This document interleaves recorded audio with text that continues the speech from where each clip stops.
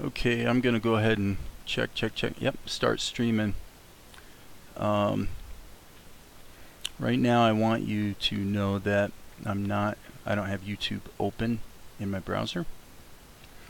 So I'm not really monitoring this process as far as the live streaming goes, but basically there's a fair amount here I want to cover in terms of bringing us up to date, okay?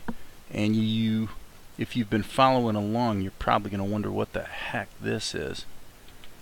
And you'll see this, I'll explain it all in a second, because it's got to do with the soundtrack and just the editing of the scene. So I'm almost done here. This is only going to take a couple more minutes. I got to clean these frames up, and then I'll give you a complete recap. Okay, that looks good. Okay, so here's what's going on. Okay, I don't know what that means. Oh, malformed skipping frame. I mean, literally, I've seen that a few times in OpenTunes. I think it's because I've got a dot and then an image sequence number and then another dot and another image sequence number. Anyway, okay, so let's start at the beginning here. Okay. In this shot, and I'm going to pull the preview down to here and stick it in here in Vegas. And let's put that in good auto mode so it scales to exactly the size it wants to be. So I was putting this scene together. First of all, it occurred to me that I kind of liked it better once you have this establishing shot, which I know is a little hard to see on the computer screen, by the way. I was thinking I liked it better when I reversed these two shots and went ahead and put the wider shot here and then faded to the closer one. I mean, frankly, there's a case to be made for taking the wide shot out entirely, but at this point I'm not going to do that.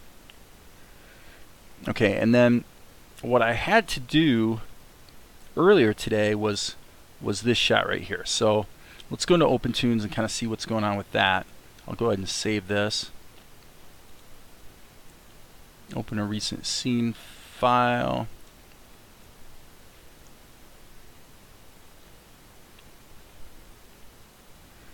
Okay, we'll save the changes.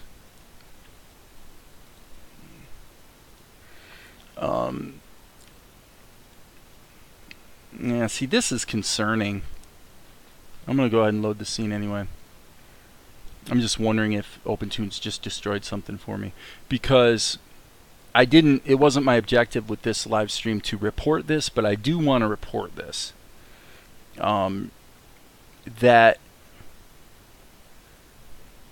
OpenTunes does seem to have a habit of destroying your work.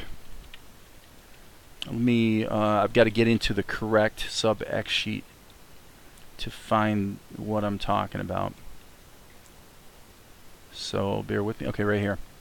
Alright, so yeah, let's go into this sub-X sheet. Now this is significant because let me see, we got a camera move, blah, blah, blah, blah, blah. So this is our character. And all I want to say is, and I'm sure there's probably some reason for what I'm seeing here that has to do with me having imported the image sequence into OpenTunes for coloring. In fact, let's go into the sub-X sheet here and see. Okay. Yeah, what I'm seeing here doesn't really quite make sense. Here's why. Okay, originally there was imported into OpenTunes a 1,000 frame long image sequence from Blender. But in this case, as you can see here based on the palette, this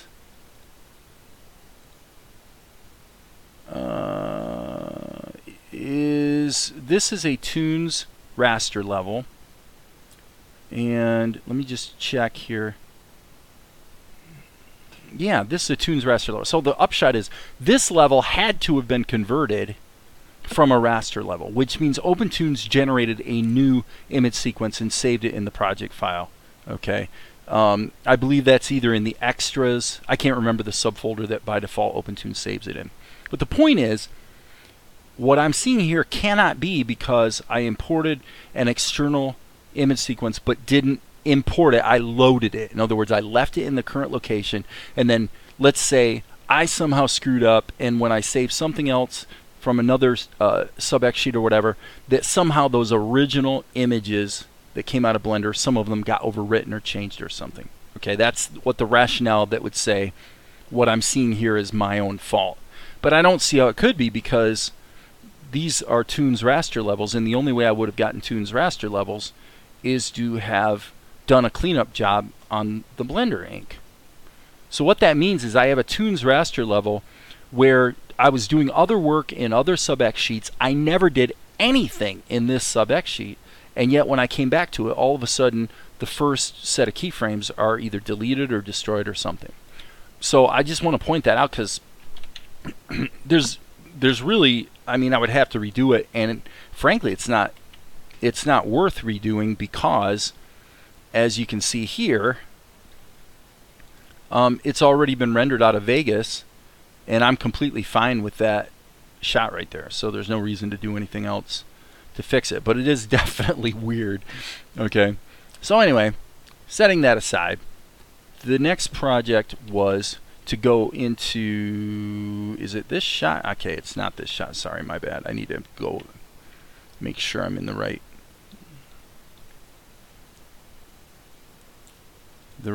sub-X sheet. I guess it'd be this one. Sorry guys, I'm getting confused, because yeah, that's just bizarre right there, because I clicked on this one and went down into the sub-X sheet, and I'm almost, okay, I'm losing my marbles. It looked like it took me into the wrong one, but anyway, okay, so we'll blame that one on me. So anyway, what I did was I came down here and I just added an additional Toon's raster level in order to paint in his headband. Okay, so that needed to be done, and I also needed to paint in this guy. Go ahead and ink and paint and do the shadow for his keyframes. Okay, so what does that look like? Well, if I go back over to this screen, you can see that the way I did the shadow on Ninja number 2, and by the way, I'm going to switch my transition to a cut so this is quicker. Okay, so Ninja number 2 right here, you can see that there's a level where I just scribbled in some black. Okay, and then what I did was in the schematic view, I turned that into a shadow over top of him with a multiply filter. And the multiply filter, I set the opacity pretty low and used it as a clipping mask. So what plugin is that? Or what? That is Insert Effects Layer Blending INO Multiply. If you use layer blending multiply instead of layer blending INO multiply, you don't get the option to use it as a clipping mask. If you don't use it as a clipping mask, you can't get this result right here, where when it renders, anywhere that you went outside the lines, it's masked, so it's locked to within the character. So the shadow underneath him and the shading on him are two different things. Okay, so going back to the schematic, I know it's a lot to digest here, but going back to the schematic, the way I did the shadow was I took both Ninja 1 and Ninja 2 and I layered them over top each other so that they're both, because they're in separate levels, and I basically I combined them into a single input into the X sheet, if you will. Okay, and then I did these three effects.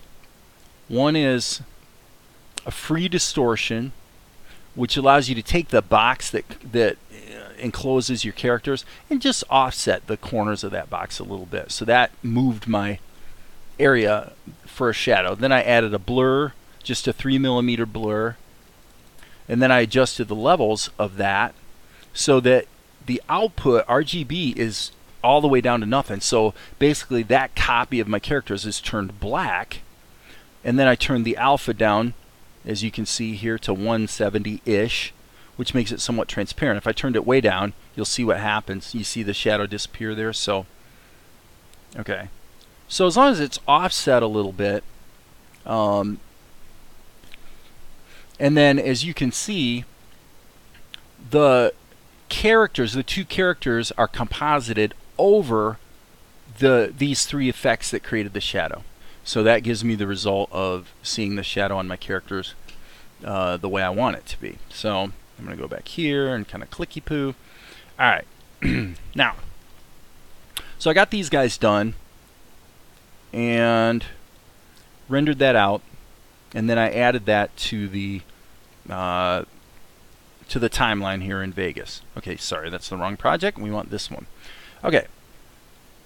So I'm feeling pretty good about that. You can see how this plays. Okay, sorry, we're looping. I need to hit the Q key. Okay.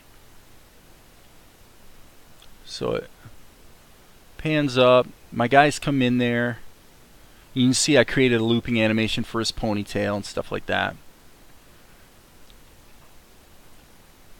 So basically feeling pretty good about it. So with that, I decided to go ahead and knock out a soundtrack. So what I did was I rendered this entire scene as an old-fashioned MPEG-1 video CD format. So it's a real low bandwidth MPEG file. Okay, and then I brought that into Reaper. So here's Reaper, and there's the video window that shows the MPEG of my whole scene. And then I literally actually just went outside with a microphone. I used an SM58, which is a real common. It's not actually a common microphone for like location recording of a movie. I could have used my electric condenser shotgun mic. I decided to just use the old trusty SM58. Whenever I cut like vocals for a musical jingle or something like that, I always use the 58. It takes a beating. You can put pretty hot levels into a 58 and it won't distort the mic or anything. So okay, so this is what you will hear. We've got sound effects of Akari breathing. We've got sound effects of the guys climbing the wall, the stone falling out, the stone falling. I even put a little whistle kind of thing, and then you know, it hits the ground. So this is what I did in terms of foley, if you will, for the scene. Let me make sure this is gonna look right. Okay, so rewind this. I think you can hear this.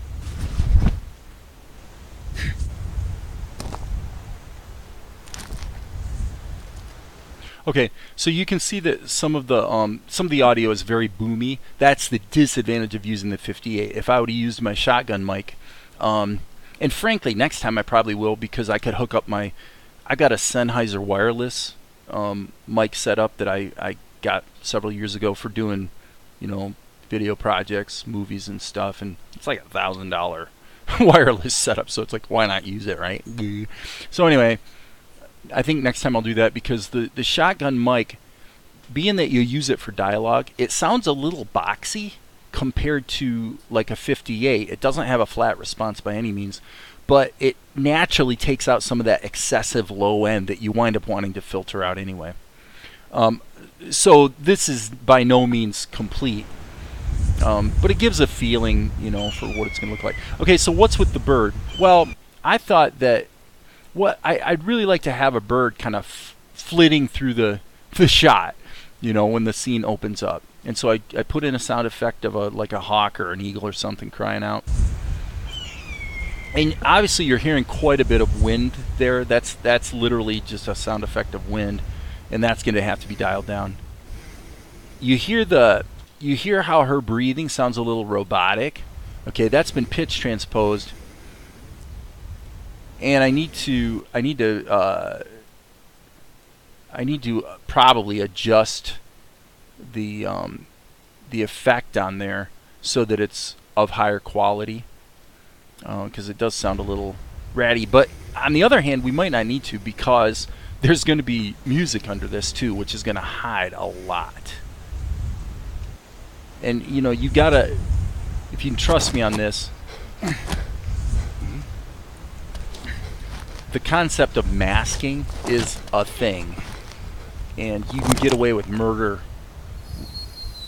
with audio by, you know, being aware of how certain frequencies from certain sounds will mask flaws in other sounds. So sometimes when your sound effects aren't really the greatest, you know, you can cover a lot of it up. So anyway, so then I just played this on piano because it just felt like it might be a theme that would be kind of along the lines of what we're gonna want. I mean, I don't know. I gotta ask Valerie what she wants, but because I don't care, you know. So I just pounded this out on the piano in the studio, and then this is like a. Actually, this repeats.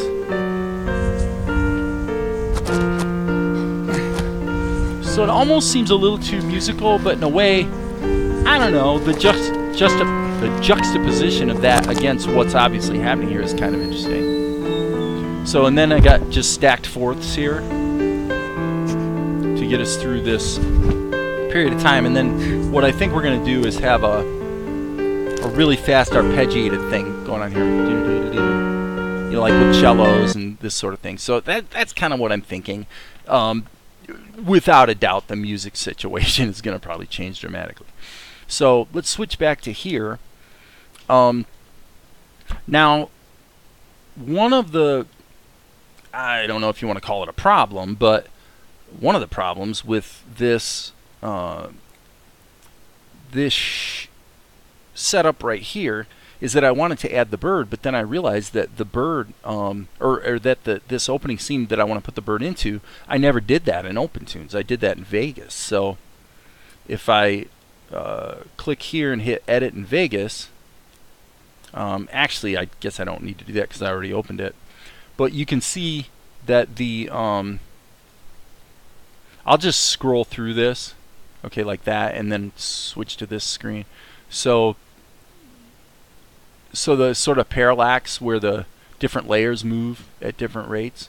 Okay, that was all done here in Vegas. So now I've got to put the and that is actually easier to see. I'm wondering if maybe I shouldn't just allow that to be a little bit brighter, because man, it sure looks dark when we look at the composite. But because I mean, it's not like this doesn't still look like night, right?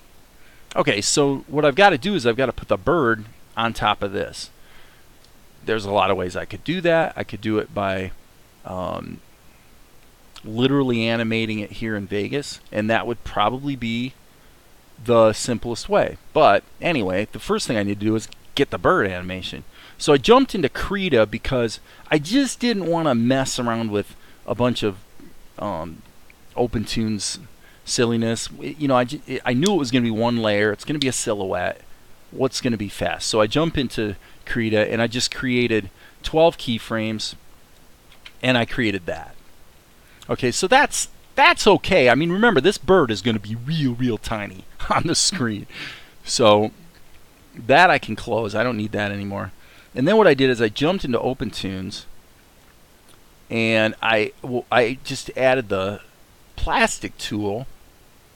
Let's see here. I haven't really done anything here, so I'm going to discard my changes. Okay, once again, malformed name. Okay, and just as I suspected, this I think OpenTunes has maybe hosed me again. Okay, well, anyway, what I did was I brought the 12 frames of animation into OpenTunes, number one. Number two, I created a layer that was just black. So we can ignore this red layer for a minute. In fact, let me just say this.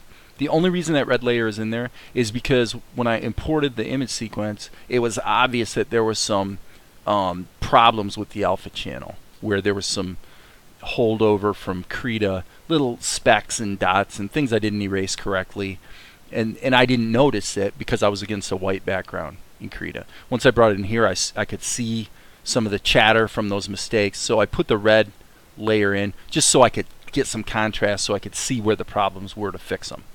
But this is a little more interesting. This I actually created so that when I apply the plastic tool, it's not going to create a mesh around the bird. It's going to create a mesh around this whole shape. Okay, so now for editing purposes, I need to turn that back off so we don't see it. And then when I come up here, this is the part that's a little bit little discouraging.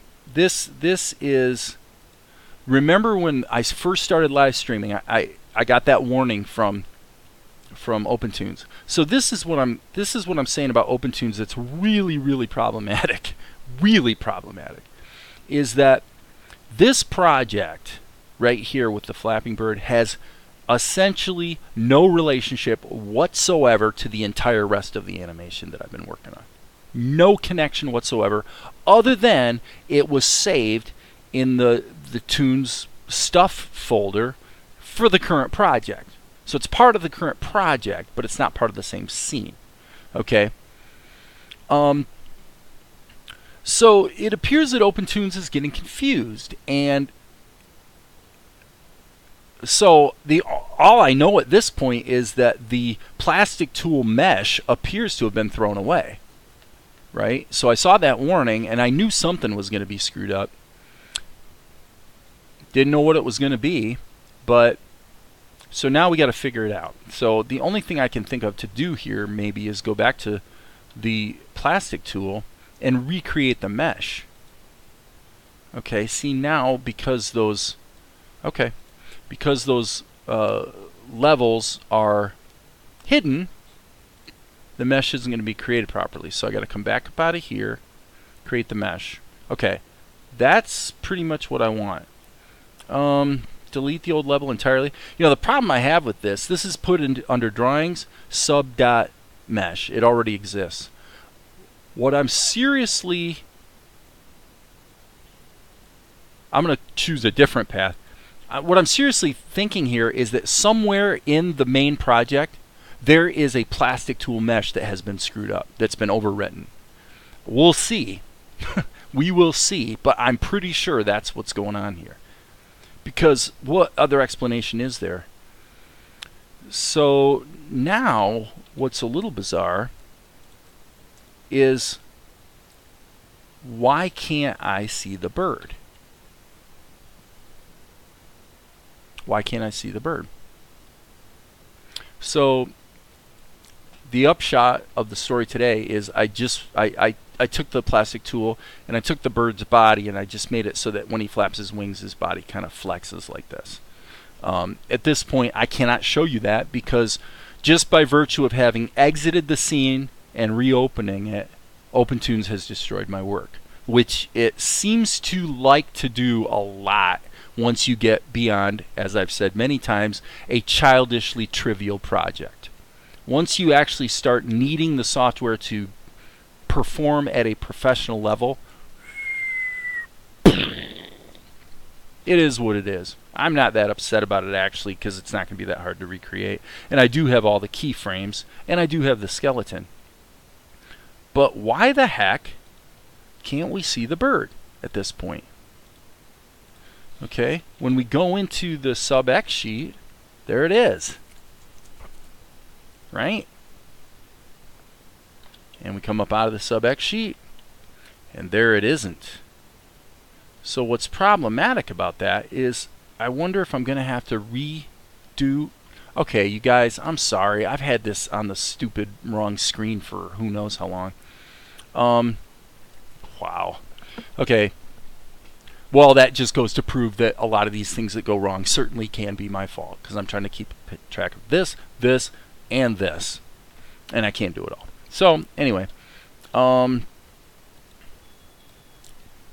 have no idea how long I've been on the wrong screen, so I guess from the time I was in Reaper.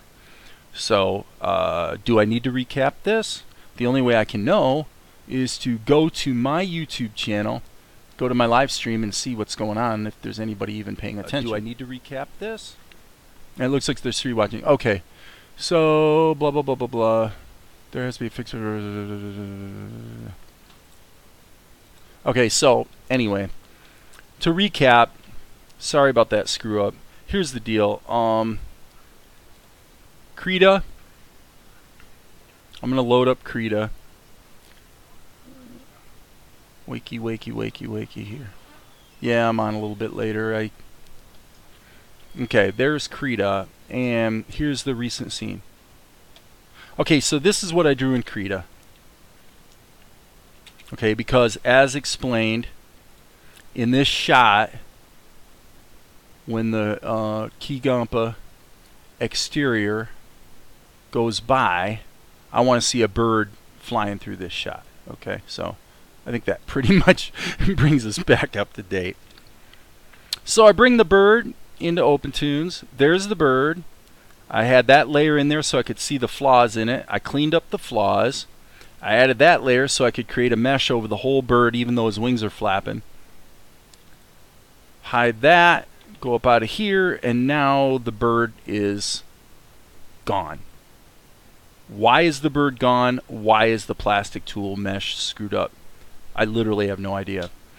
And I don't know what to do about it. So what I'm going to do is, first of all, I'm going to just delete that. And wango bango, look what happens. There's my bird again. Okay.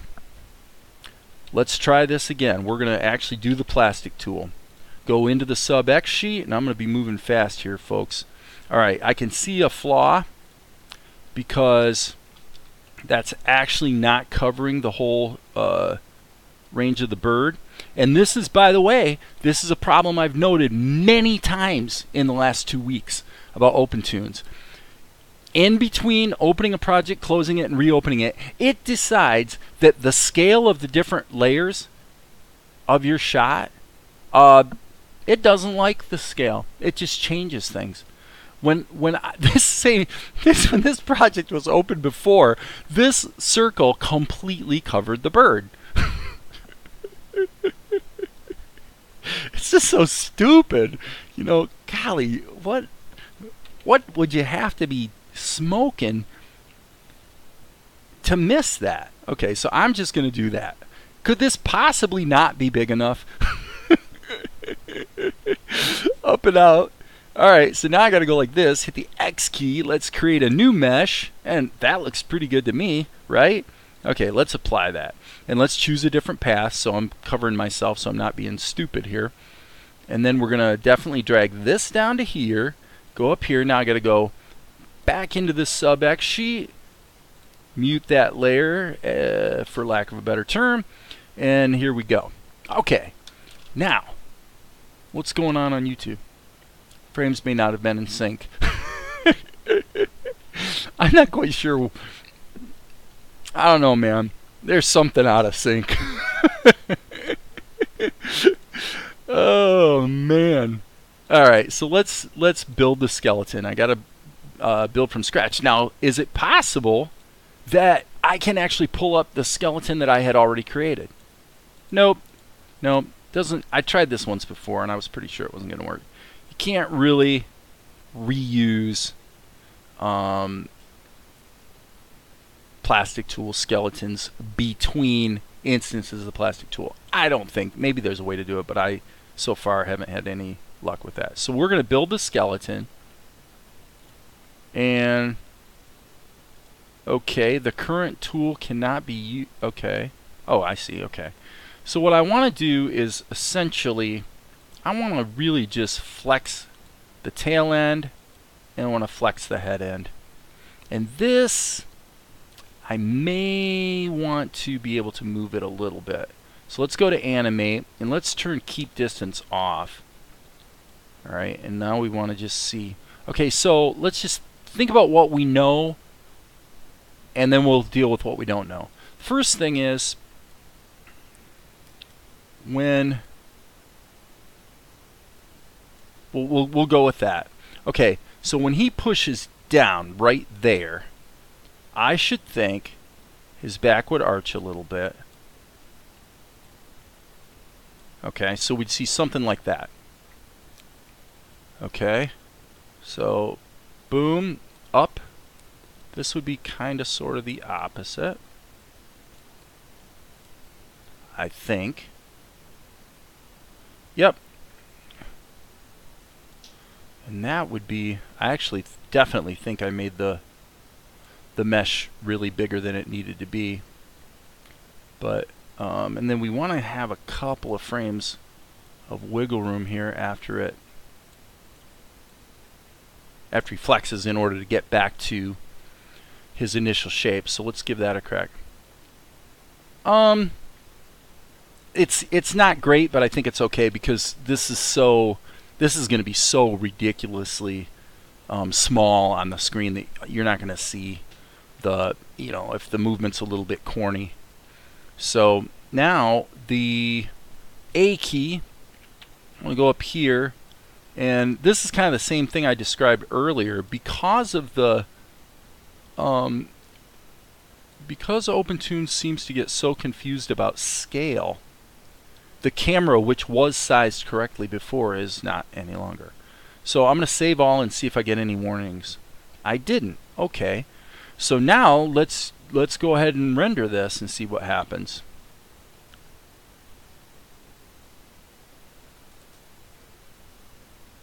Okay, his wingtips are a little bit out of the frame, so let's just compensate for that. I'm hitting Control, and I'm just going to give it a little more wiggle room. And as usual, save early, save often. Let's hit Control R, and that looks good. So now what I'm going to do is just save this to my computer, L drive, anime, and where do we want to save it? We really want to save it under render, bird flapping. Yeah, I don't need you to. Okay, this is going to be TIFFs, so let's go. Will Vegas import TIFFs? I think it will. Okay, so we'll just call it something slightly different, flapping bird, as long as I know where it is. Okay, so it's going to save those frames, and then what I'm going to do is bring them into, see, malformed name. It's just, what the heck? Does skipping frame mean that every single one of these dozen frames? Because OpenToons has decided, now that it's let me Rodney, DPI data. Yeah, but I mean, to tell you the truth, okay, should we even talk about DPI while we're waiting for this stupidity to happen? It's always the same one, by the way. It's the 0001. Really weird. Okay, let's talk about DPI. Okay. In some applications, the concept of DPI may make sense. However, most people don't understand DPI, and I'm not saying you don't, Rodney, but I just want to explain this to people. Most people don't have a clue what DPI even means. It's like the idea of voltage. Voltage is not a, voltage is a measurement of potential across something. Okay, it implies movement. DPI is kind of like that in that DPI implies a display device. Okay, so the DPI of an image is literally irrelevant except as it applies to whatever you're going to show it on. Okay, so if I take an image that is 300 pixels wide and I print it out at 300 DPI on paper, it will be an inch. But because my display is, let's say, 72 dots per inch, my 300 pixel wide image will actually show up about 3.5 inches wide. Okay, so for me, and I've had this Yeah. Well, yeah. I don't. What do I call you, Chan? Dodoki-chan. Dodoki-chan. I'm not sure how to say it, but yeah, it's frustrating. I'm working around it. I mean, this is a pretty complicated project, and I'm managing. So, we'll see. Yeah, like I said, DPI only has anything to do with what you're showing it on. Now, there's the matter of visual perception as well. Here's something that you will find interesting probably. When I work with clients and distributors who want certain assets for distribution, such as one of the movies I've directed, they will have a cow if you create a movie poster. And let's say a movie poster, let's not use a proper movie theater poster is 27 by 40, 27 wide by 40 tall. But most posters you get at Walmart are 24 by 36. So let's use 24 by 36 as an example. Okay.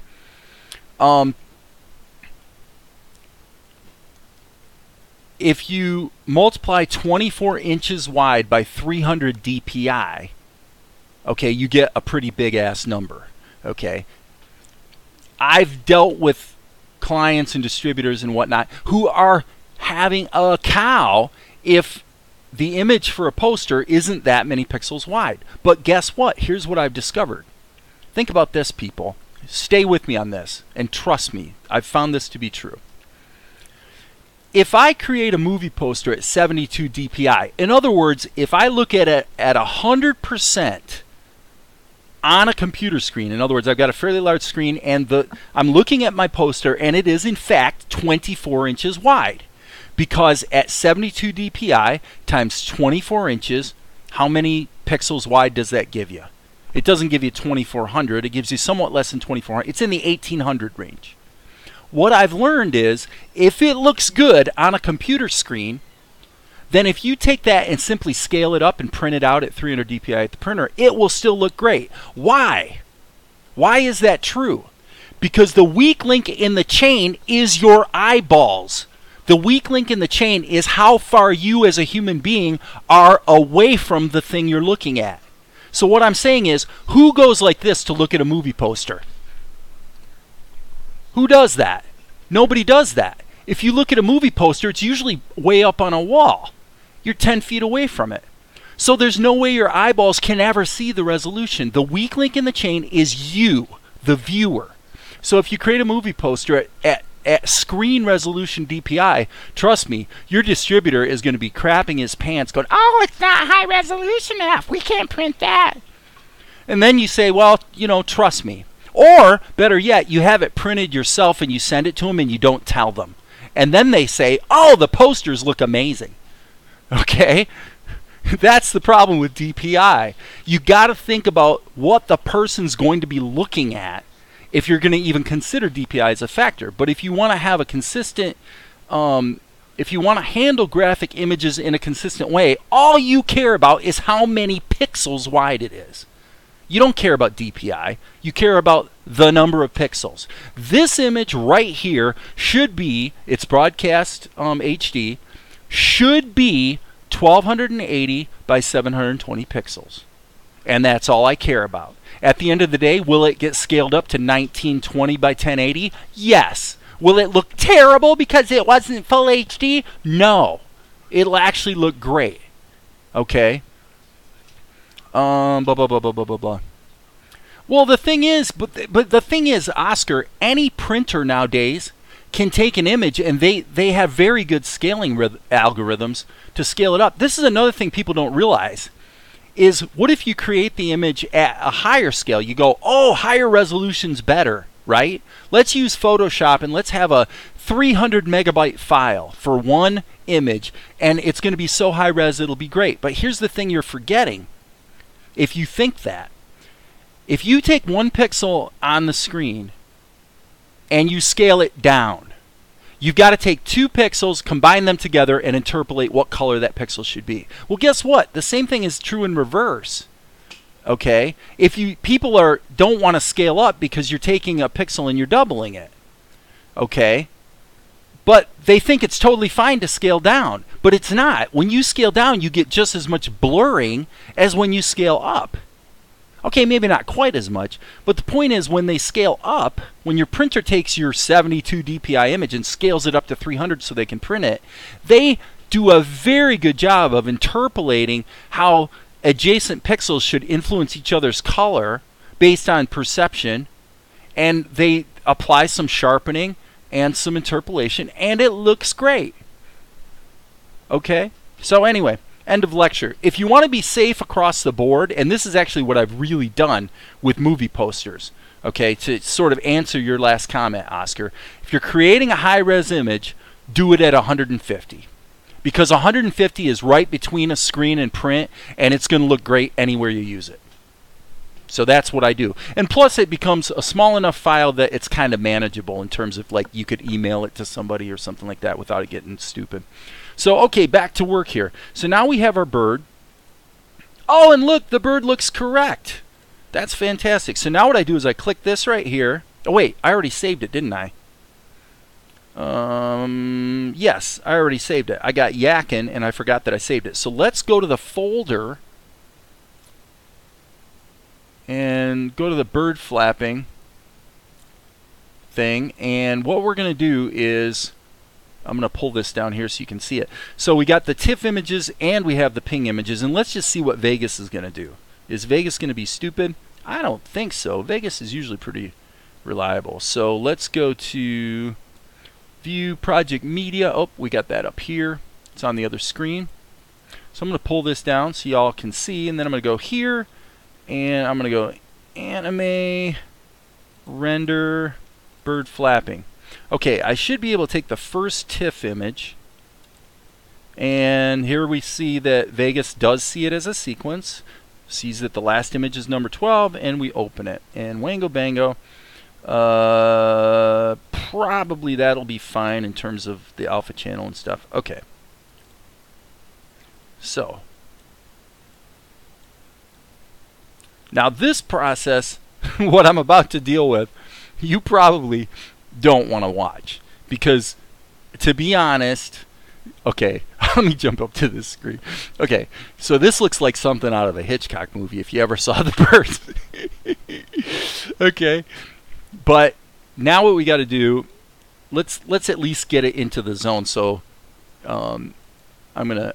so I go into this interface and I'm gonna go ahead and scale this, and actually I want to, let's do a reset, and we want to make sure that we preserve the aspect ratio. So I'm going to scale the guy down and jump back to this screen, and you can see that there's my bird, and probably, gosh, what am I going to do? Am I going to put it up in this corner? I don't even know.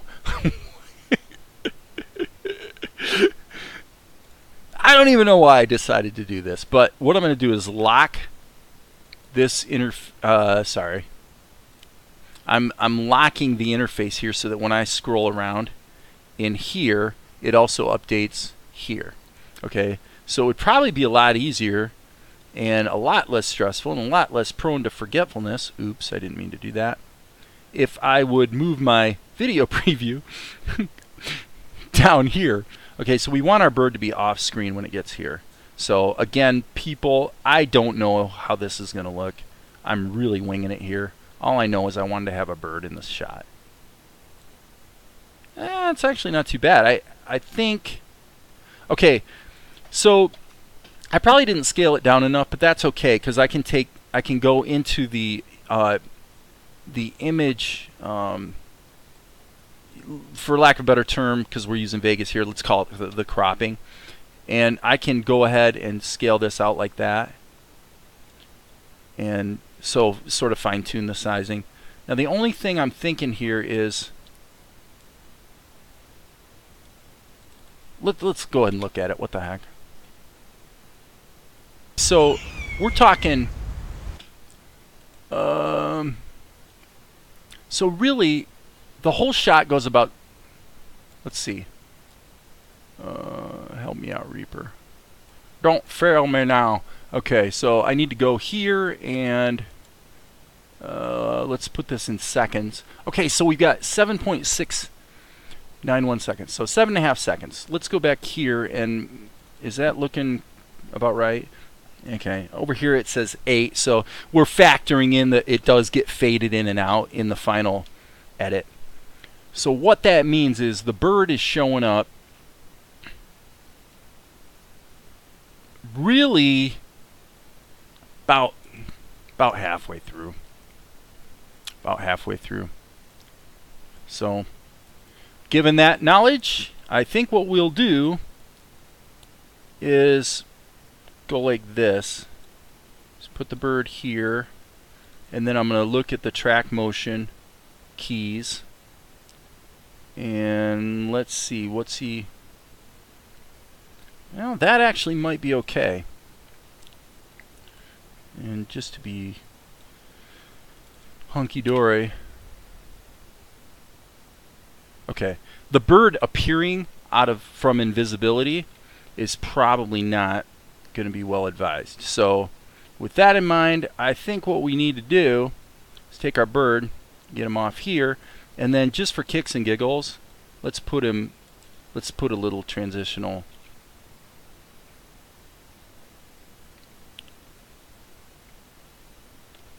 I feel like it's still too slow. It's still too slow. So let's move this keyframe back. We'll just tighten these keyframes together. Alright, let's do that. And we'll put that little divot there. Okay, and then the only other thing I want to do is I want to make the cropping on this one a little different. Yep, there we go. Is this going to look stupid? Let's find out. Alright.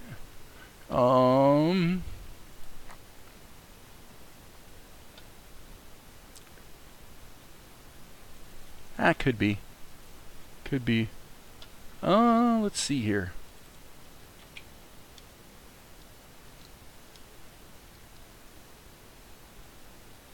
I love it. I love it. I think it looks great.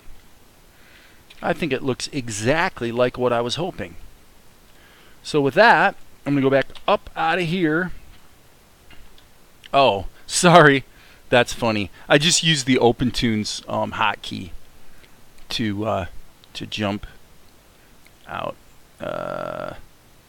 So we can save that and go to here. And now, because Vegas uses nested projects the same way as OpenTunes uses sub-X sheets. It's the same thing. So this is actually not a video clip. This is actually a separate Vegas project that we were just working with where I did the birds. So now when I come into the main project, you know, wango bango, the everything's updated, which is pretty cool. Okay. So, gosh, it makes me want to throw the soundtrack in here. So let's transition over to here, just because I'm feeling a little bit rambunctious. I'm going to hit Control Alt R in Reaper, and let's go to L Anime. Gosh, we probably should put let's do a new folder and call it Audio. Scene 1 sound effects, we'll call it that, that's fine. Render time selection. Okay, that looks good. Now we should be able to bring this, just for our own enrichment. I gotta switch screens again. Now we'll bring this into Reaper, or I'm sorry, into Vegas, and we will be able to hear what it sounds like. Okay, so here we go. Here we go, people. You can tell I'm kind of comfortable a little more with Vegas, because I've used Vegas for editing a bunch of movies, and it's not like OpenTunes. It's real reliable. It's not 100%, but it's definitely way better.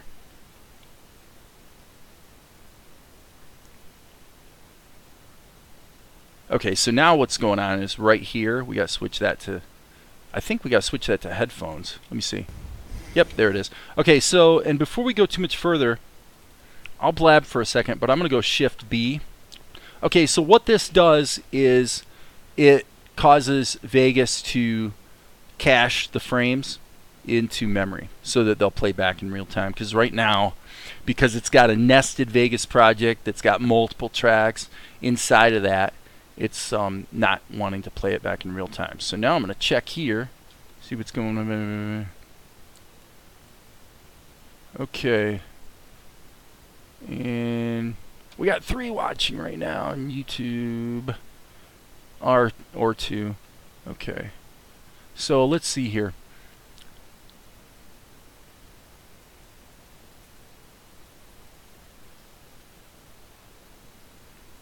Don't get a try.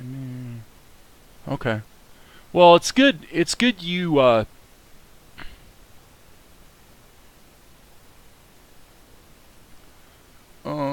Okay. Question. Animating Dino. What? Will you say do a demo for your anime to make people interested? Are you? Is that comment for me?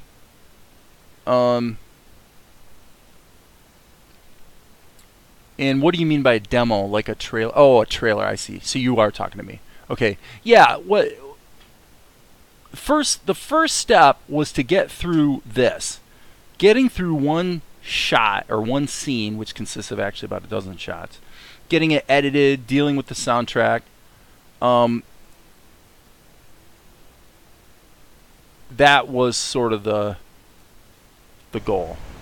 Okay, so now we should play back nicely. Looks good. Definitely there's some audio editing that needs to take place. Got to redo those breaths.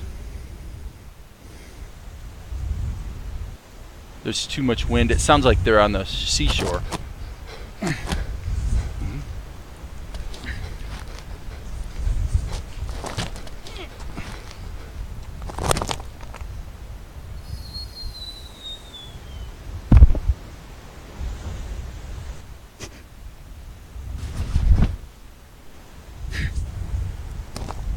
That's definitely too bassy. Everything's too bassy.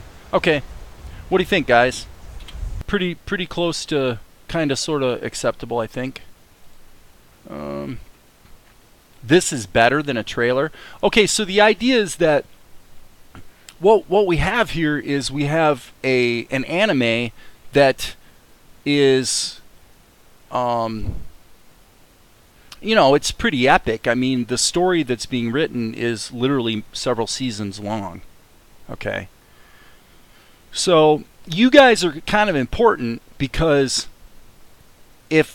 as we get more stuff that we can post that's actually finished work, we can kind of sort of give this story away, give this anime away, and try to build an audience here on YouTube. That's kind of what we're thinking. I've explained this in another video, but because you're saying, you know, Dino and Rodney, based on your comments, I'm thinking, you know, I want to explain this. So, you know, the next thing that's going to happen is a pretty knockdown, drag out martial arts battle between Akari and these two ninjas. So, but there's a whole story here that's going to unfold, and so we want to create the first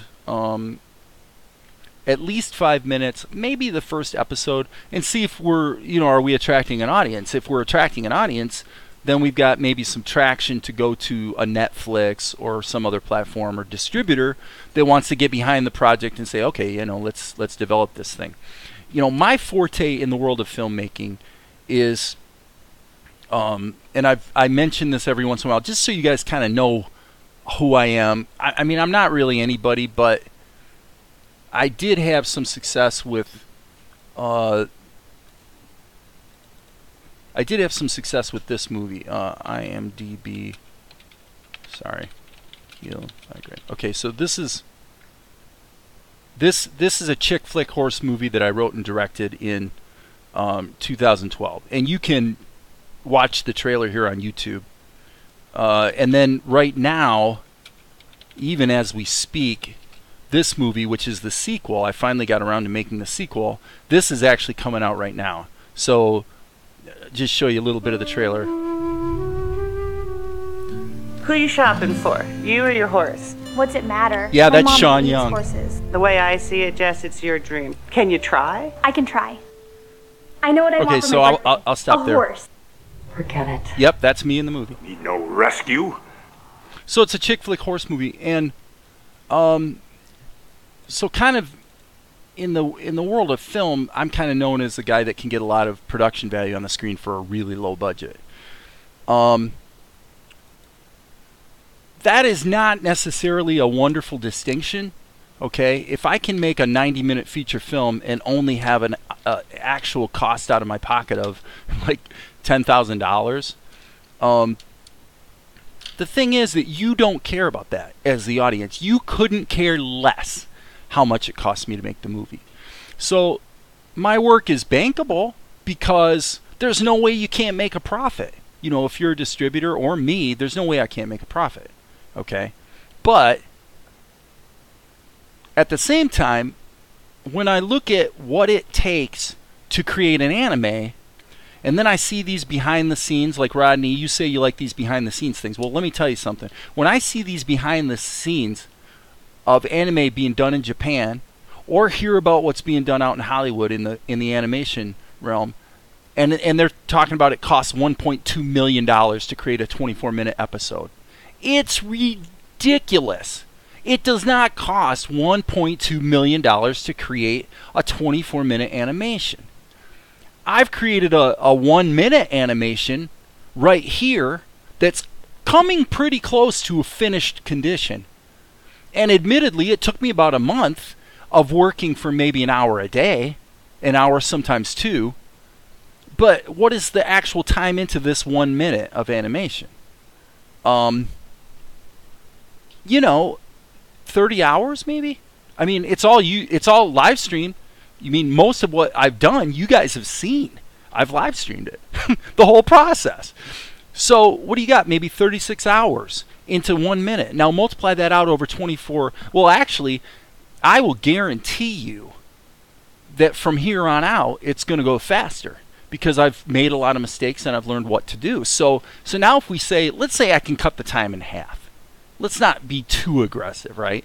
If we can cut the time in half, then you're talking about, say, 16 hours for a minute.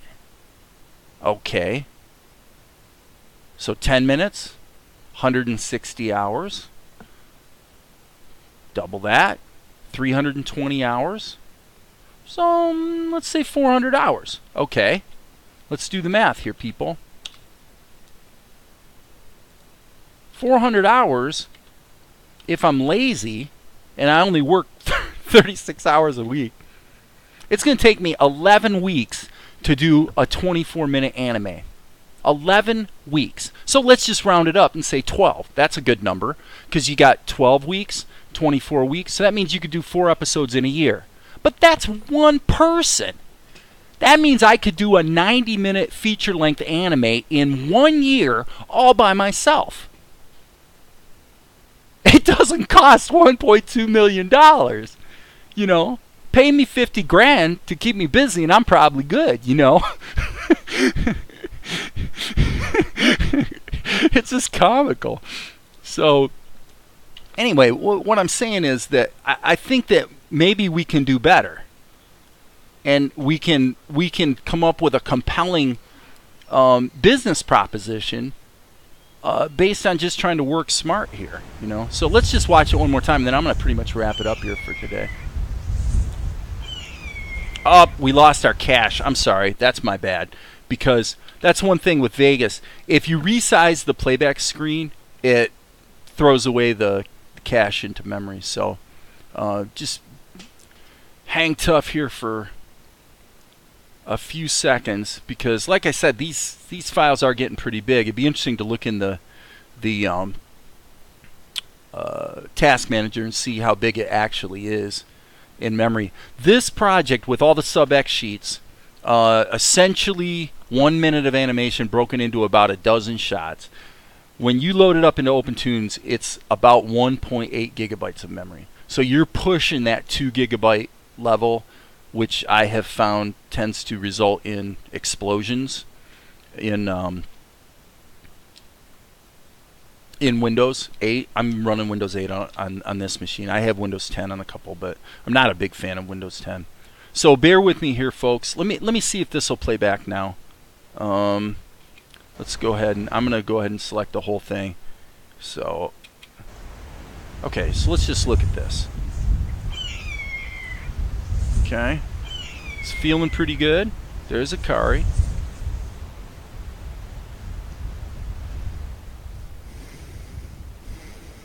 Okay, but there's something going on. What?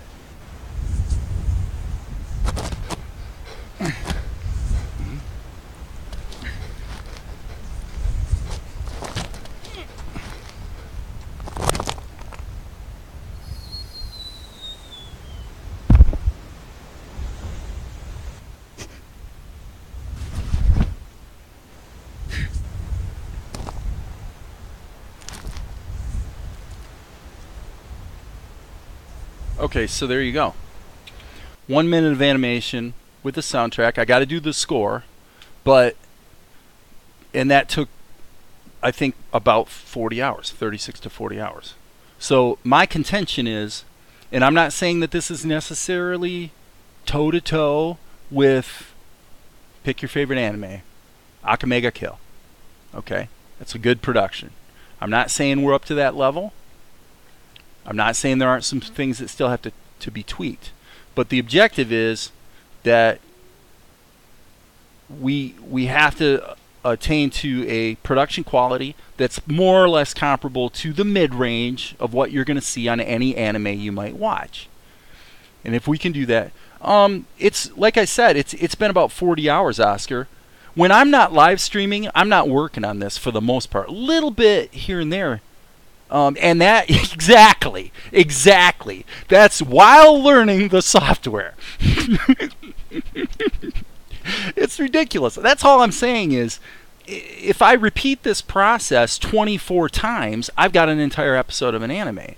And I'm just saying it doesn't cost $1.2 million. And what I've learned in this process, I will be able to avoid certain mistakes going forward. Now, hopefully, some of the bugs that are OpenTune's problem or whatever, that those will be fixed. But come on, it's not their problem to make my life easier. I have to figure out a way to get the job done. You know, even if I'm, you know, literally taking a loose leaf paper and drawing every frame that way, which I definitely would not want to do. But yeah, exactly. I mean, I think that I totally agree that it's been, the first minute of animation was a lot harder than the second minute's going to be. I'm really sure of that. Now, it still might take, I may not be able to cut the time in half, but even so, I think actually the numbers I just gave you are probably a good goal. I mean, we can write, like I can write a screenplay for a movie.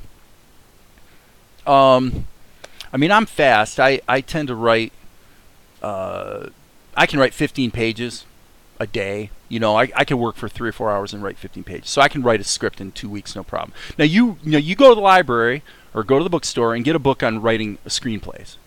And you look and see what the so-called experts out there say, how long it takes to write a screenplay. They're going to tell you 6 months. And I'm going, dude, you're not.